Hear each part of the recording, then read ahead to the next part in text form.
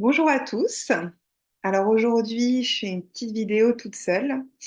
Je pensais en faire une avant, mais j'ai pas eu le temps. Il y a beaucoup de choses qui se passent, qui se sont passées pendant ce mois de juillet. Donc j'ai regardé un petit peu ce dont j'avais envie de vous parler aujourd'hui. Donc, il y avait plusieurs thématiques suite aux deux vidéos précédentes, je trouve, qui vont dans le même sens, en fait, qui se suivent bien. Donc la première vidéo que j'ai faite sur être ou faire, telle est la question. Hein, juste pour un petit rappel, il s'agissait de se connecter à son être originel pour vraiment faire des choix qui sont dans l'énergie du cœur, avec authenticité, dans la liberté d'être soi, la liberté d'expression, de mouvement, avec ces valeurs d'autonomie. Donc voilà, c'était un très beau partage que j'ai fait avec mon amie Sarah, qui est spécialisée en design humain. Voilà, un très bon outil à utiliser et à connaître. Ensuite, j'ai fait une vidéo sur l'entrepreneuriat conscient. Là, j'ai partagé pas mal de choses avec mon amie Marion par rapport à l'entrepreneuriat, puisque c'est vraiment une façon de travailler qui fait sens quand on est dans cette énergie de liberté et d'authenticité. En fait, on se connecte à son pouvoir personnel, plus on respecte son rythme intérieur, plus on a besoin de cette liberté. Et donc, le fait d'être entrepreneur euh, aide à avoir en fait cette liberté. Mais c'est vrai que je voulais vous parler un petit peu plus de comment y arriver, parce que bon, c'est vrai que c'est bien de parler de cette vision de la société, de ses valeurs, d'authenticité, d'autonomie, de liberté. Mais après, voilà, il faut avoir les outils, comme on sait, dans la vie de tous les jours, dans le quotidien. C'est pas évident, hein, concrètement. Alors oui, dans la première vidéo avec ça, on en a parlé avec l'outil, par exemple, le design humain, entre autres. Donc, il y a beaucoup d'outils de développement personnel, de développement spirituel que l'on peut utiliser. Mais c'est vrai que de manière très concrète, si, euh, si vous êtes salarié en fait dans une entreprise, quelle est la marche à suivre? En fait, c'est de justement se connecter au maximum à son pouvoir personnel et de développer cette croyance que l'on peut être libre, libre de s'exprimer, libre de ses mouvements et être vrai dans sa vérité authentique n'importe où. Donc ça, je voulais vraiment souligner ça parce que si on attend, comme on sait, que tout soit parfait autour de nous dans la société, que tout soit propice à cette transformation, si on attend de l'extérieur les conditions optimales pour ce faire, et ben on peut, comme on sait, on peut attendre, on peut attendre longtemps parce que c'est pas encore le cas. Et justement, c'est cette transformation intérieure qui va amener cette transformation extérieure. Donc, il faut toujours, en fait, partir de soi, partir de l'intérieur et développer cette croyance que on a le pouvoir de changer notre réalité. Hein. C'est vraiment, puisque tout est vibratoire, c'est en fait, euh, ce sont les vibrations que l'on émet qui attirent des vibrations similaires, hein, qui ont la même fréquence. Donc en fait, il faut changer, c'est en changeant ces vibrations que la réalité extérieure autour de soi change. Donc il faut vraiment développer au maximum cette croyance que l'on est libre, que l'on peut être, si on a du mal à accepter cette croyance, on commence par on peut être libre, on peut être libre de s'exprimer, de bouger, on peut être vrai, authentique, n'importe où, chez soi, à l'extérieur, au travail, en entreprise en tant que salarié, dans son entreprise. avec sa famille, ses amis, voilà. C'est en développant au maximum cette croyance forte que, en fait, cette transformation a lieu à l'intérieur de soi et que ça se reflète ensuite à l'extérieur.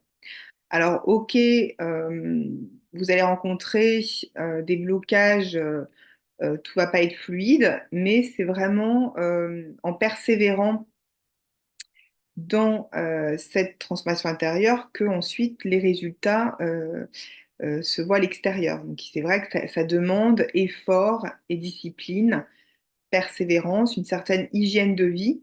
Parce que des fois, bah, quand on rencontre justement des blocages par rapport à cette vérité, cette authenticité, cette liberté d'expression et cette autonomie, quand on ressent des frustrations dans notre vie à l'extérieur, bah, du coup, émotionnellement, ça peut être difficile.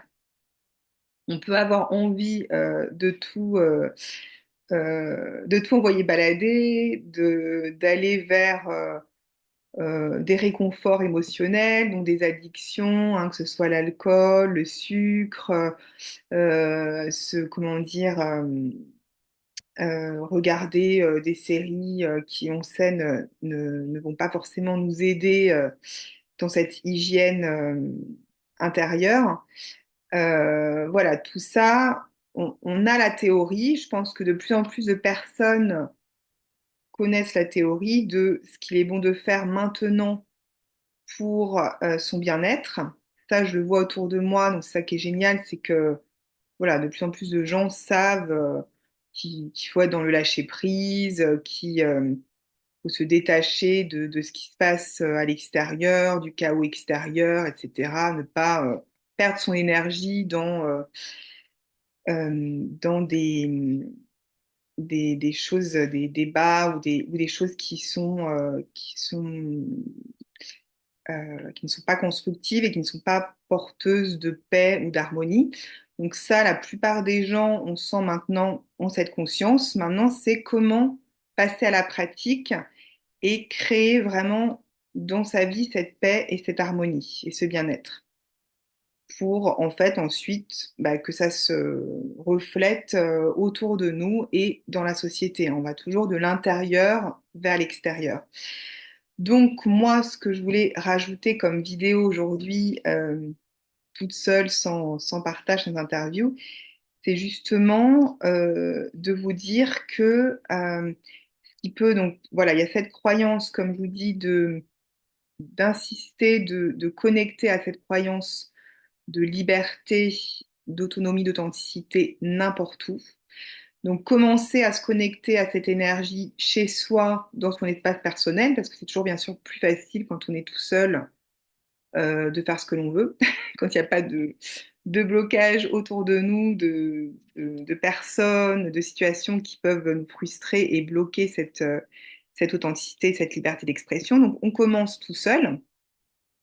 Et je pense qu'il y a beaucoup de personnes, surtout dans l'éveil spirituel, qui ont fait ça, hein, qui se sont isolées comme des petits Bouddhas. Ouais, un petit Bouddha à ma gauche, là. Comme des petits Bouddhas en haut de la montagne, des ermites. Voilà, c'est plus facile de faire cette transformation intérieure tout seul, c'est sûr. Donc, c'est une première étape. Et maintenant, ce qui nous est demandé, on va dire, pour continuer à transformer les choses dans nos sociétés et que nos sociétés aillent mieux, et nous avec, eh ben, c'est de vraiment, du coup, continuer cette transformation, mais avec les autres autour, plus tout seul, pour vraiment que ça, les choses avancent plus vite et que ça porte vraiment ses fruits dans la société, que ce soit plus quelque chose que, voilà, que l'on fasse des méditations tout seul. Chez nous, ça, c'est très important parce que, comme je vous dis, la transformation se fait de l'intérieur vers l'extérieur. Donc, c'est important de continuer cette hygiène de vie. Mais c'est vrai que, du coup, ensuite, il faut continuer de pratiquer, de prendre action avec ses valeurs et ses changements intérieurs avec les gens autour de nous à l'extérieur. Donc, comment faire, quel est le conseil vraiment par rapport à ce process? C'est justement d'être dans cette énergie de non-jugement. Alors bon, on parle souvent d'énergie d'amour, de lumière, de non-jugement. Donc on peut dire ah bah, c'est des belles théories, mais c'est pas facile bien sûr à appliquer avec les autres autour. Surtout qu'on peut être très vite dans la critique de soi et des autres. Comme on sait, on peut se lever le matin avec des très bonnes intentions et il suffit de quelques interactions avec d'autres personnes et hop, il y a des mécanismes qui se mettent en place, surtout il y a des formes pensées dans l'inconscient collectif, je dirais mondial, mais aussi beaucoup en France, euh, de cette énergie de critique en fait et de jugement qui est quand même très forte. Et donc c'est pas évident puisque c'est quand même très culturel. Moi, ce que j'ai remarqué, hein, puisque comme vous savez, j'ai donc cette double nationalité, euh, c'est que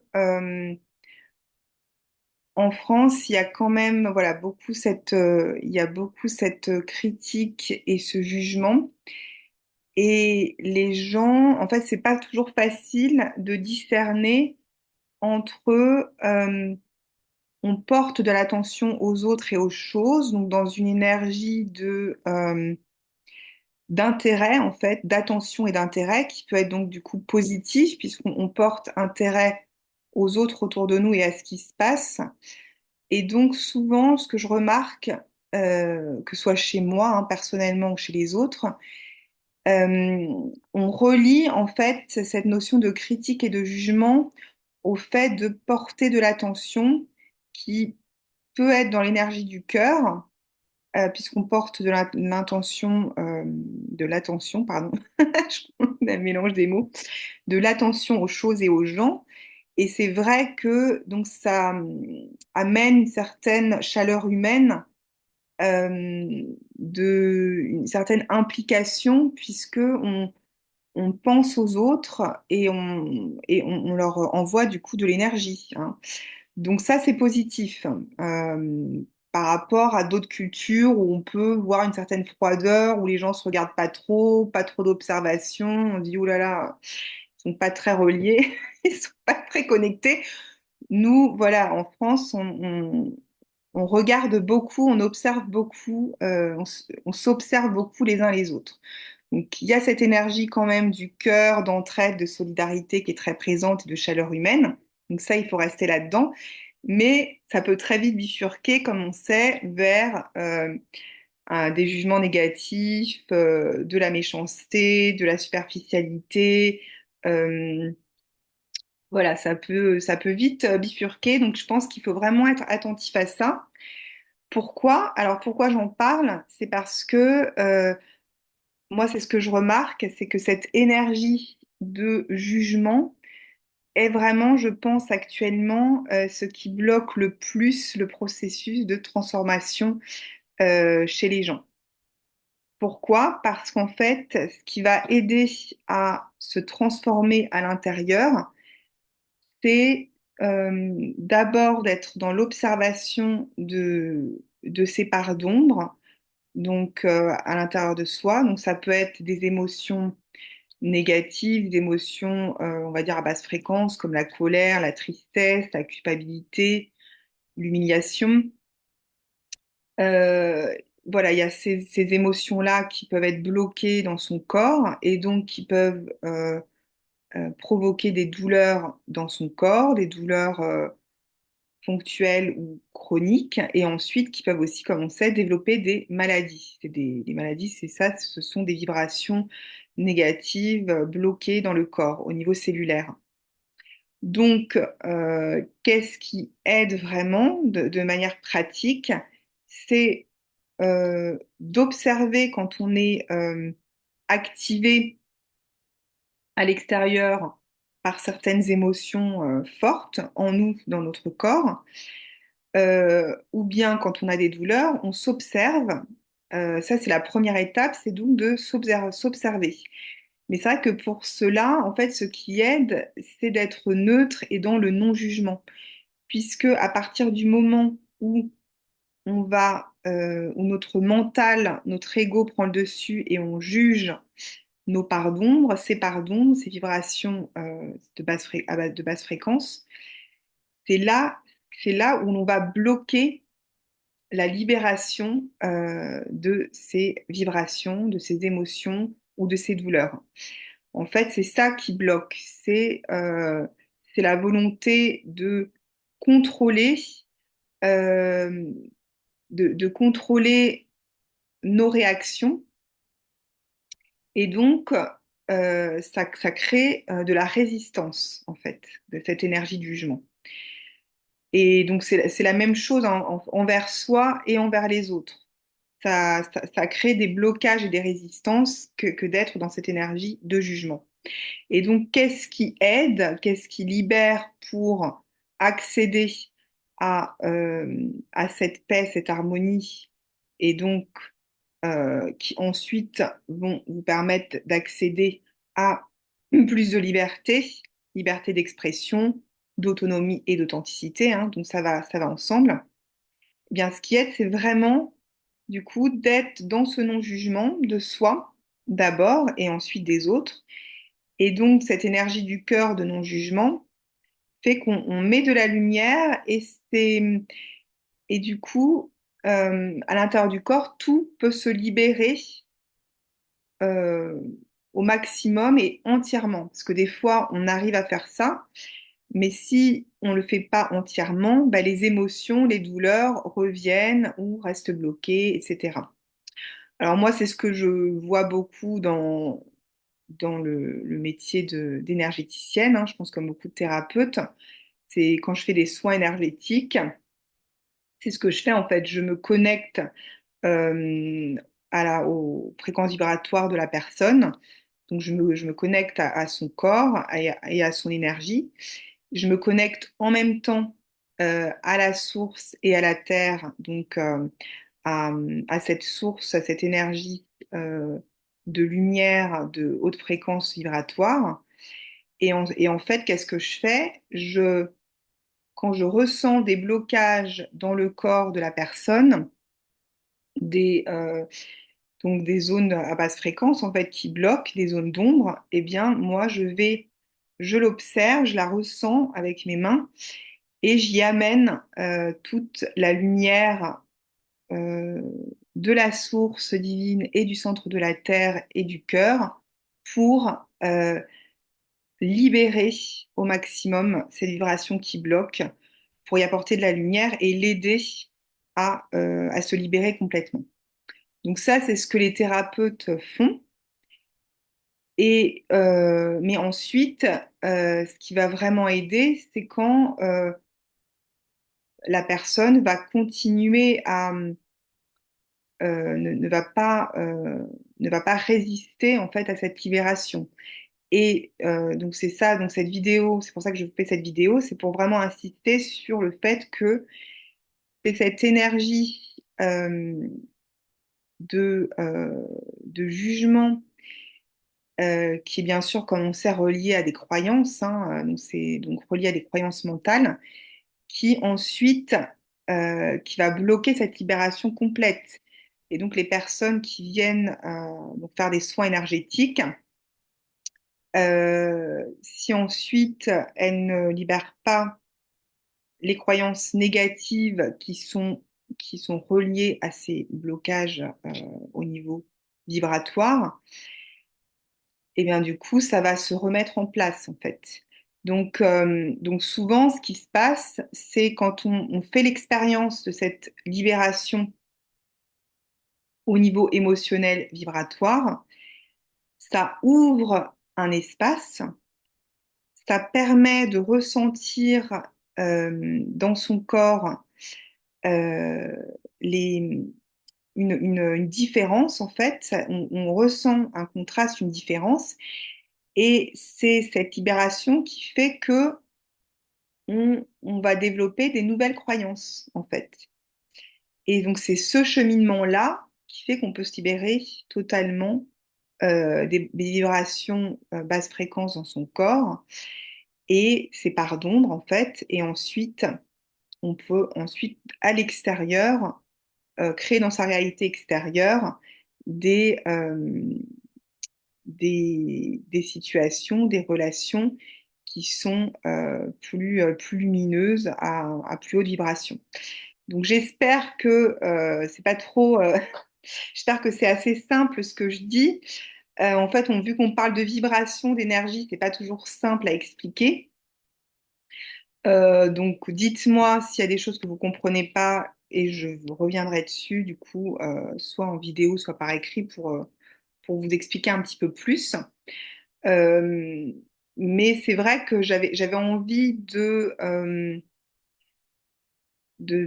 rajouter ces questions un petit peu plus pratiques de vibration et d'énergie, de transformation intérieure, de comment ça se passe, en fait, comment se déroule le process, pour que du coup, ça vous incite à développer au maximum dans votre quotidien cette énergie de non-jugement.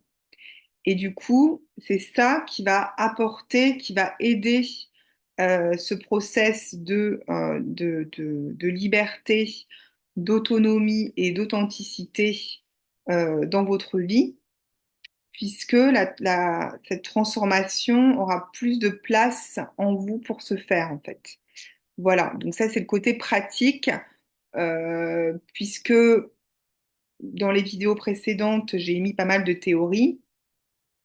D'ailleurs, la prochaine vidéo qui fait sens que je vais faire, j'ai certainement faire un partage aussi à ce sujet, ça va concerner l'école et l'éducation, puisque je trouve que c'est un sujet qui va avec cette énergie d'être connecté à son être originel et d'entrepreneuriat, de liberté, d'authenticité, de suivre son rythme intérieur. Automatiquement, ce qui suit au niveau de la famille, c'est que les enfants suivent ce même process et du coup ne vont pas, comment dire, ne vont pas commencer à être conditionnés comme nous, on a pu l'être. En fait, l'objectif quand même, c'est que bon, nous, on passe beaucoup de temps à se libérer de conditionnements bloquants et négatifs. Donc, c'est pas pour que nos enfants suivent le même chemin, se conditionnent pour ensuite qu'ils se libèrent et se déconditionnent plus tard. Voilà, il faudrait quand même, enfin, ce serait, je pense, quand même sympa de notre part et intelligent de faire en sorte que nos enfants ne suivent pas le même chemin de conditionnement pendant des années pour ensuite se libérer de tout ça plus tard. Voilà, ce serait bien d'avoir un raccourci, hein, un shortcut en anglais. Ce serait bien de prendre le raccourci, ce serait pas mal. Je pense que ça éviterait beaucoup de perte d'énergie, de fuite d'énergie. Et on voit bien que, moi je me rends compte, mon expérience de mère et aussi de mère et de parents autour de moi, je me rends bien compte que il y a beaucoup de challenges, beaucoup de défis par rapport au rythme scolaire. Alors après, ça va dépendre, ça dépend de l'âge des enfants, mais voilà, à tout âge, soit maternelle, primaire, collège, pour les ados, même lycée. On en parlera dans la prochaine vidéo, mais c'est vrai que le rythme intérieur des enfants qui n'est pas respecté bah, crée beaucoup de dégâts en fait chez les enfants et dans la société actuellement. Voilà, je vais finir, c'est un petit teaser pour la prochaine vidéo. Je ne voulais pas faire trop long, donc j'espère que vous avez compris mon message par rapport au non-jugement. Donc j'ai voulu expliquer ce qui se passe dans notre corps au niveau vibratoire et cellulaire, ce que moi je ressens pendant des soins énergétiques, que ce soit en présentiel ou à distance, parce que ça peut se faire, ça peut également se faire à distance, puisque tout est énergie, tout est vibratoire. Eh bien, donc c'est la même chose quand ce sont en fait, comme on sait, en tant qu'énergéticien thérapeute, on accompagne le process de libération, de guérison. Mais après, c'est juste, on est juste là pour vous accompagner. Vous pouvez faire ce process tout seul de votre côté. Alors, c'est pas évident, en effet, puisque si vous n'avez jamais médité, si vous avez jamais fait de visualisation, ça peut être euh, difficile de mettre en place au départ, hein. C'est des habitudes d'hygiène de vie. Voilà, moi, ça fait des années et des années que je fais ces méditations d'ancrage au centre de la Terre et de reliance à la source. Et ensuite, d'expansion du cœur. C'est un protocole que beaucoup de thérapeutes utilisent pour faire des soins. Donc, c'est vrai que c'est quelque chose de très important euh, pour libérer à l'intérieur de soi ce qui est bloqué et pour y apporter de la lumière pour vraiment aider en fait euh, à cette libération et justement pour aider la connexion à son être originel. Voilà. Donc, bah, n'hésitez pas si vous avez des questions ou si vous avez des inspirations pour d'autres vidéos. Voilà, j'essaie de suivre le rythme d'une vidéo par semaine. C'était mon objectif de départ, mais le mois de juillet a été bien intense, donc j'ai pas pu suivre cet objectif-là. Mais voilà, c'est toujours, j'ai toujours ça en tête, de partager au maximum euh, ce que je ressens qui est utile en ce moment de partager, et aussi mon expérience personnelle et celle que j'observe avec mes clients et mes amis, mon entourage, ma famille, etc. Voilà, donc n'hésitez pas à me dire si ça vous parle, ce que je vous dis. J'espère que j'ai su l'expliquer de manière la plus simple possible. Et puis, bah, voilà, je vous dis à très bientôt.